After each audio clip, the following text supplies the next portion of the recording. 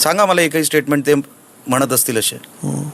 हा कुठेतरी तुमच्या शिवसेनेमधल्या कोकणातल्या किंवा कोकणातल्याच वर्चस्वाच्या लढाईचा हा प्रश्न आहे. कारण कोकणात नक्की आता म्हणजे एकेकाळी तुम्ही जसं मगाशी म्हणालात की सिंगल हँडेड नारायण राणेंचं कोकणामध्ये वर्चस्व एकेकाळी कोकणात तिथे होतं. आता त्यात वाटेकरी यायला लागलेत नवीन. तुमच्याच पक्षातले उदय सामंत आहेत. वाटेकरी स्वतःला जिल्ह्यामध्ये, मी माझ्या जिल्ह्याचं म्हणतोय, सामंत कोकणाचं बोलतो नाही, मी कोकणाचं बोलतो असेल तिकडे आलेत. अजून सामंत आहेत, आता रवींद्र चव्हाण त्यात इंटरेस्ट घ्यायला लागलेत. हे या संघर्षाचं मूळ कारण आहे का? बघा साहेब, कोण जर आमची ताकद संपवायचा प्रयत्न करत असेल अशी ती ताकद संपणार नाही. जो संपवायचा प्रयत्न करत असेल तो, मी कोणाचं नाव स्पेसिफिक घेतलं नाही, अशी कोणाची ताकद संपत नाही साहेब.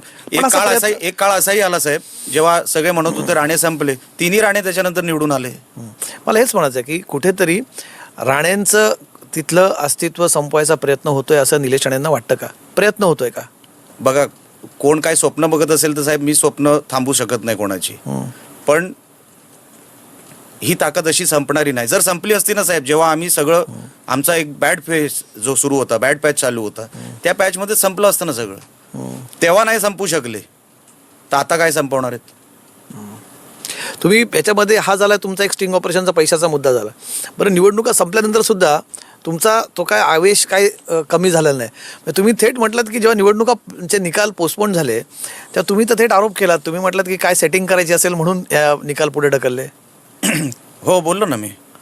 आता सेटिंग करतात. सेटिंग मला माहीत नाही कुठली सेटिंग असते ती, पण माझं म्हणणं एवढं स्पेसिफिक होतं की जर निवडणुका झाल्या साहेब, ह्या गरिबांच्या निवडणुका आहेत, निकाल देऊन टाकायला पाहिजे होता. आता त्याच्यावर फडणवीस साहेब पण बोललेच ना, हे चुकलं, हे चुकलं म्हटलेच ना. नाही, ते चुकलं म्हणणं वेगळं. तुम्ही एक मिनिट थांबा, तुम्ही काय म्हटलं तुम्हाला मी व्हिडिओ दाखवतो. मला माहिती आहे ना साहेब, मी व्हिडिओ बघूया, बघूया ना तुम्ही काय मान्यच केलं, आपण बघूया. मी मान्यच केलं, तुमचं म्हणणं त्याच्या पलीकडे जाऊन बोलत म्हणून तुमचा व्हिडिओ मला दाखवायचा आहे. 100%.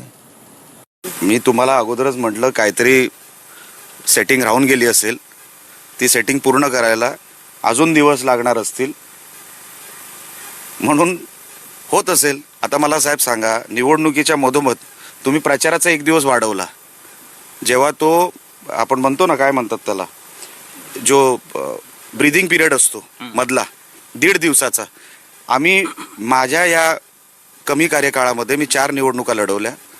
जो ब्रीदिंग पिरियड असतो प्रचारानंतरचा तो किमान 1.5 दिवसाचा असतो. मी अशी एकही निवडणूक बघितली नाही ज्याच्यामध्ये आदल्या दिवशी 10 वाजता प्रचार संपलाय आणि दुसऱ्या दिवशी मतदान होत आहे. नाही, पण यात आता ह्याच्यात नेमकं करायचं काय हे लक्षात आलं. बघा, लोकांना सगळं लक्षात येतो, कुठेतरी सेटिंग राहिली आहे करायची, ती सेटिंग करत असतील, कुठेतरी तार जोडत असतील. मी मान्यच करतो. कुठल्या तारा जोडायच्या, कुठलं सेटिंग आहे? मी मान्यच करतो. सेटिंग कटलं. बघा, जेव्हा मी त्याचा उल्लेख केला, अच्छा, मी आरोप कोणावर केले? निवडणूक आयोगावर केले.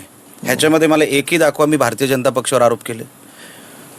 निवडणूक आयोगावर साहेब ऐकून घ्या ना. निवडणूक आयोगाचं सेटिंग नाही, मग कोण करणार?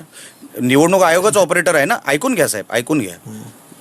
फडणवीस साहेब पण काय बोलले, त्यांनी आक्षेप कोणावर घेतला? हे असे निकाल पुढे जायला नको होते. त्यांची हे चुकली, म्हणजे म्हणतात ना, त्यांचं फॉर्मेशन चुकलं किंवा त्यांचं कुठेतरी काहीतरी मिसमॅच झालं, डिस्क्रिपन्सी आली. हेच मी म्हणत होतो की निवडणूक आयोगामध्ये एवढ्या चुका चालल्या आहेत, कुठेतरी ते सुधाराव्यात, कुठेतरी ते चांगल्या व्हाव्यात. हेच माझं म्हणणं होतं.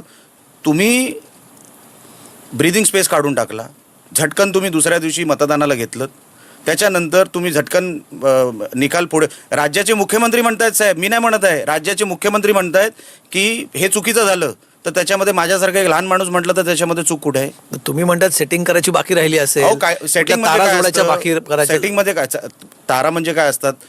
एक रीच असते, कुठेतरी पोचायचं राहिलं असेल, कुठेतरी कुठल्या तरी मतदान केंद्रापर्यंत पोचायचं राहिलं असेल, कुठेतरी काहीतरी तुम्ही फिरवताय. म्हणजे काय? हे न समजणे इतकं काय महाराष्ट्र? आता तुम्हाला काय माझ्या तोंडातून ऐकायचं साहेब, तुम्ही मला लिहून द्या. मग मी सांगतो तुम्हाला, तुमचं म्हणण्याचा अर्थ सरळ आहे की सेटिंग भाजप करतं, हा तुमचा आरोप आहे. मी कुठे भाजप म्हटलो त्याच्यात?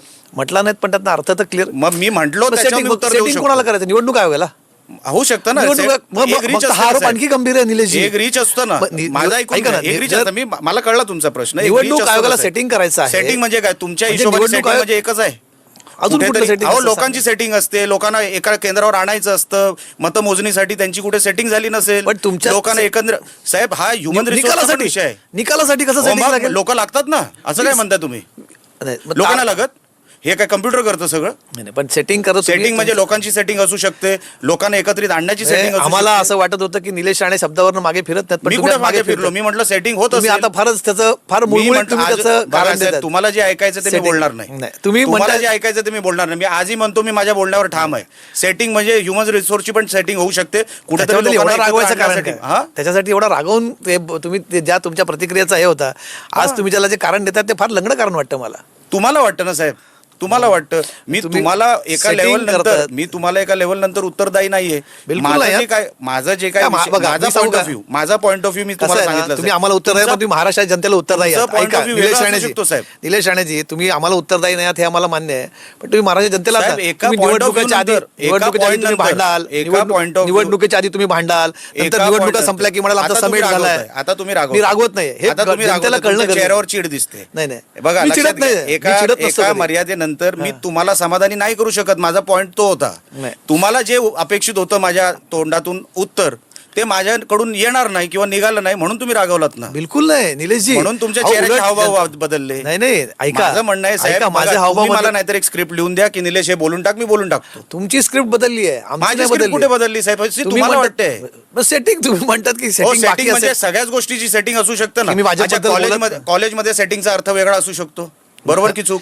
हो कॉलेजमध्ये सेटिंगचा अर्थ वेगळा असू हो, शकतो का नाही? बिलकुल बिलकुल असतोच. हा, गाडी चालवताना सेटिंगचा अर्थ वेगळा असू शकतो. बिलकुल हा, बिल्डिंग मध्ये गेल्यानंतर सेटिंगचा अर्थ वेगळा असू, प्रत्येकाचा आपापला सेटिंगचा अर्थ असू शकतो. तुमच्यासाठी सेटिंगचा अर्थ वेगळा. निवडणुका आमच्यासाठी सेटिंगचा अर्थ निवडणुकांच्या आधीचे तुमच्यासाठी आहे स्टेटमेंट ना, आणि साहेब. नंतरचे अर्थ. साहेब, तुमच्यासाठी आहे. प्रत्येक अर्थ वेगळा असतो ना. माझ्यासाठी हे सगळ्या आमच्यासाठी सेटिंगचा अर्थ सेटिंग म्हणू शकतो. आमच्यासाठी निवडणुकांच्या आधी दिलेली स्टेटमेंट आणि नंतर दिलेली स्टेटमेंट याला या सेटिंग जमवाजमीला पण सेटिंग म्हणू शकतो साहेब. त्याच्यामध्ये माझं कुठे चुकलं तुम्ही मला सांगा. ठीक आहे, पण तुम्ही म्हटलात की ठीक आहे, तुम्हाला तुमच्या जेव्हा तुम्ही ते पैसे पकडले होते तेव्हाही तुम्ही फार अत्यंत आक्रमकपणे तुम्ही सांगत होतात की हे भाजपचा तिथे गमछा. तुम्ही आता हे मगाशीच बोलला इंटरव्ह्यू मध्ये. हो, हो, हो. मग पैशाचा भाजप वाटतो हा तर तुम्हाला मान्य तो तुमचा आरोप आहे. कार्यकर्ता सन्मानित चव्हाण साहेबांचा होता. निवडणुकीत भाजपकडनं पैसे वाटप झालं. रवी चव्हाण साहेबांच्या नंतर प्रदेशात तुम्ही- पैशाच्या म्हणजे तुमचा राग मला विषय- भाजपबद्दल आहे तुमचं हे सगळं बोलणं का रवींद्र चव्हाण बद्दल? अजिबात साहेब राग नाही माझा. चव्हाण साहेबांवर पण राग नाही. ही निवडणूक लढायची पद्धत नाही असं माझं म्हणणं आहे. पण भाजप तशाच निवडणुका लढतं ना सध्या. नाही लढत साहेब.